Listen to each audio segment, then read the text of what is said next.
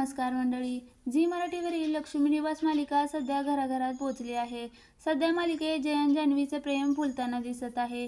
जयन जान्हवीशी एकदम प्रेमाने वागतोय, त्यामुळे जान्हवी सुद्धा जयनसोबत सध्या खुश राहतेय.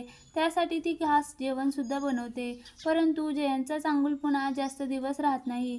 तो पुन्हा एकदा जान्हवीला त्याचा खरा रंग दाखवणार आहे. जान्हवीचा कॉलेजचा मित्र विनोद अचानक जान्हवीच्या घरात शिरतो.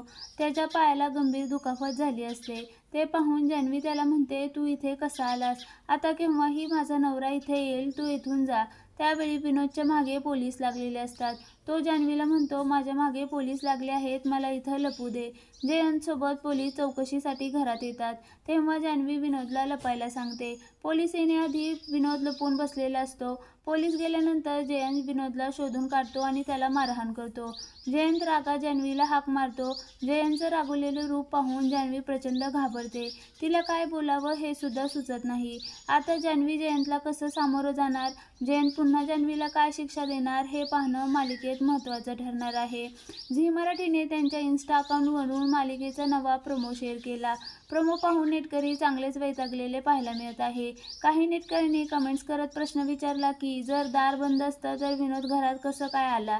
तर काही नेटकरी म्हणताय सगळं लॉक असताना विनोद घरात आल्याचं दाखवतात.